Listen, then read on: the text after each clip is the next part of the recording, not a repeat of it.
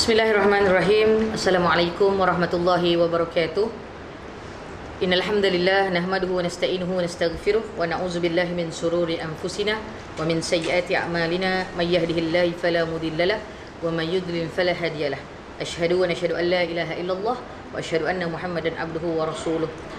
Subhanallah walillahil hamd. Alhamdulillah ala Rasulillah. Bersempena bulan Ramadan 1441 Hijrah pada tahun ini, insya-Allah kami daripada Yayasan Pembangunan Keluarga Darul Takzim ingin berkongsi ilmu berkaitan tentang modul keluarga sakinah ini yang sudah lama menampak di negeri Johor ni khususnya, dan modul keluarga sakinah ini lebih menjurus kepada perkara-perkara sunnah dan amalan-amalan sunnah Nabi Muhammad sallallahu alaihi wasallam.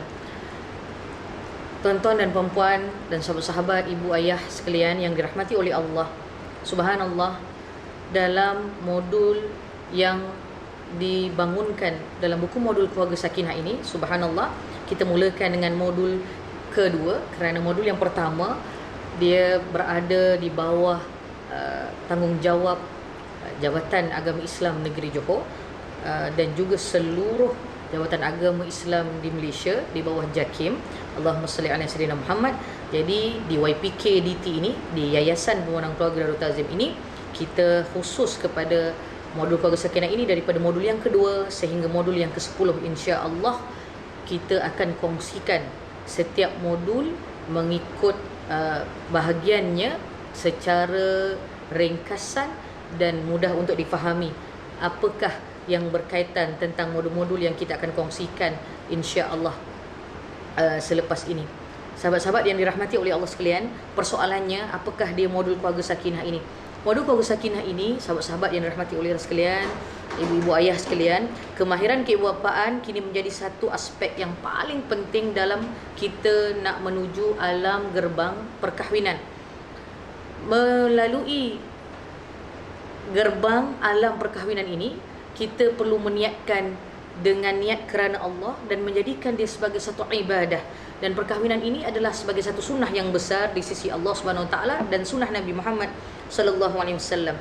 Jadi perkara utama untuk memasuki gerbang perkahwinan ini adalah untuk kita mencari ilmu, mencari panduan bagi menghadapi cabaran dan dugaan yang bakal ditempuhi. Kenapa nak cerita pasal ilmu dan cabaran?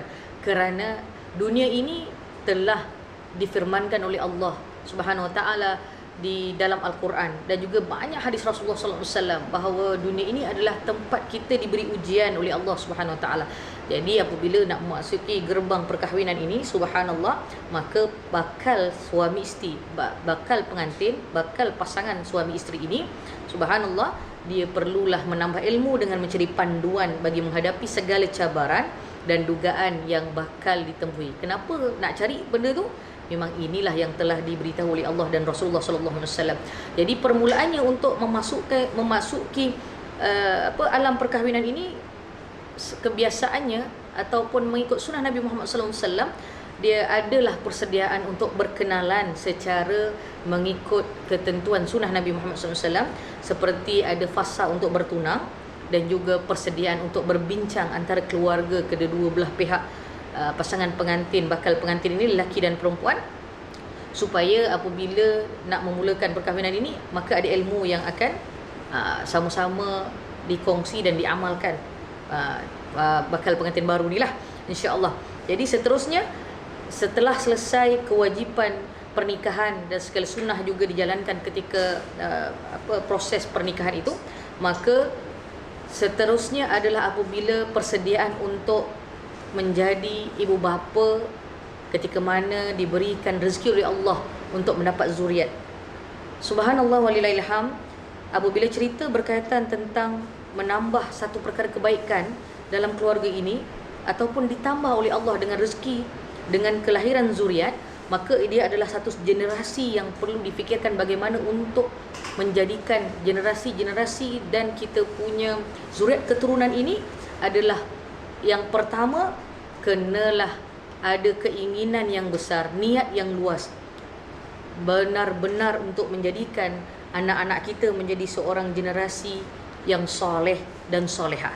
Begitu juga generasi yang sentiasa menjaga dan mengetahui segala ibadah-ibadah yang wajib, yang utama dan yang sunnah, terutamanya dalam menjadikan kita punya generasi ini adalah generasi yang rabbani, soleh dan juga abid. Jadi subhanallah, akhir sekali perkara yang berkaitan tentang bagaimana untuk menjadikan zuriat keturunan kita ini adalah seorang yang baik, soleh dan juga yang sentiasa mengingati Allah dan mengamalkan sunnah Nabi, maka dia perlulah menjaga hubungan dengan Allah SWT, dan itu dimulakan dengan ilmu yang telah diberikan oleh ibu bapa yang perlu dan wajib, sebenarnya mewajibkan diri mereka sendiri untuk mencari ilmu dan sunnahnya mengamalkan segala ilmu yang telah dipelajari. Maka hubungan ini perlulah dititik beratkan, ada kaitan dan tidak boleh lari daripada hubungan, menjaga hubungan dengan Allah Subhanahu Taala dan hubungan sesama manusia. Subhanallah. Jadi akhirnya apabila kita memberikan segala perkara-perkara yang baik kepada generasi-generasi dan untuk zuriat keturunan kita dalam modul yang kedua ini, maka akhirnya kita sebenarnya nak memberikan gambaran di hari akhirat kelak. Kerana kehidupan kita di dunia ini bukan kehidupan yang abadi. Dia adalah kehidupan yang sementara, dan bekalan kita nak bertemu dengan Allah, dia adalah bekalan perkara-perkara yang berkaitan dengan yang perkara kebaikan dan juga semua yang berkaitan sunnah Nabi Muhammad SAW. Jadi untuk merealisasikan matlamat kehidupan berumah tangga ini dan juga menjadikan pasangan kehidupan menjadikan perkahwinan ini adalah perkahwinan yang bahagia, maka perlulah ada matlamat yang sebenar dalam berumah tangga ini. Antara matlamat utamanya adalah untuk menjaga hubungan kita dengan Allah Subhanahu Wa Taala dan mengamalkan sunnah Nabi Muhammad SAW. Jadi dalam modul yang kedua ini, modul keluarga sakinah ini, perkara yang paling baik untuk kita sentiasa mengingatkan keluarga kita pada pasangan pengantin baru yang baru akan mendapat zuriat keturunan ini, mudah-mudahan dia perlulah sentiasa menjaga toleransi dan komunikasi berkeluarga dalam keadaan yang sederhana dan sentiasa berlandaskan Al-Quran dan juga As-Sunnah. Walaupun ujian pada waktu ini sangat besar, tetapi sedikit sebanyak jangan biarkan keluarga kita ini, anak-anak yang telah diberikan oleh Allah Subhanahu Wa Taala ini sebagai penyambung warisan kepada kedua bapa yang diberi nikmat untuk berumah tangga ini, maka kita janganlah mensia-siakan nikmat Allah ini dengan sentiasa mengamalkan sunnah Nabi. Kerana dengan mengamalkan sunnah Nabi inilah kita akan menjadi makhluk ataupun manusia ataupun umat Nabi Muhammad yang akan dikenali oleh Rasulullah sendiri. Kita tak perlu kenalkan kepada Rasulullah sebenarnya apabila kita mengamalkan sunnah Nabi ini. Subhanallah. Jadi hakikatnya buku modul keluarga sakinah ini dan pengamalan modul keluarga sakinah ini untuk modul yang kedua ini, mudah-mudahan akan dapat kita memahami untuk melahirkan generasi yang soleh dan generasi yang sentiasa beribadah kerana Allah dengan apa jua amalan yang dilakukan, diniatkan kepada Allah dan sentiasa menjaga hubungan dengan Allah dan menjaga hubungan dengan sesama manusia. Akhirnya di hari akhirat kelak kita akan bersedia untuk sama-sama bersama keluarga kita untuk menjadi ahli syurga bersama, insya-Allah. Tapi hakikat kehidupan ini adalah satu ujian yang sangat besar. Mudah-mudahan dengan ujian yang telah diberikan oleh Allah akan memberikan kita satu masa untuk kita sentiasa bersyukur dengan apa jua yang diberikan oleh Allah Subhanahu Wa Taala. Apatah lagi dalam ujian yang telah diberikan pada waktu sekarang ini, mudah-mudahan kita akan tetap bersabar diberi ujian dengan COVID-19 ini. Mudah-mudahan kita akan tetap meneruskan pengamalan sunnah Nabi Muhammad SAW ini. Dan untuk akhirnya kita tutup dengan sedikit bacaan doa. Mudah-mudahan doa ini akan memberikan gambaran kebaikan dan harapan kita, dan doa kita mengharapkan Allah akan memberikan kebaikan atas segala usaha kita ini, insya-Allah. Bismillahirrahmanirrahim. Alhamdulillahirabbil alamin wassalatu wassalamu ala asyrafil anbiya'i wal mursalin wa ala alihi wa sahbihi ajma'in. Allahumma inna na'udzubika min jahdil bala wa darkis syaqa wa su'il qada wa syamatatil a'da. Allahumma inna na'udzubika minal juzami wal barasi wal jununi was sayil asqam. Birahmatika ya arhamar rahimin innakas sami'ud du'a.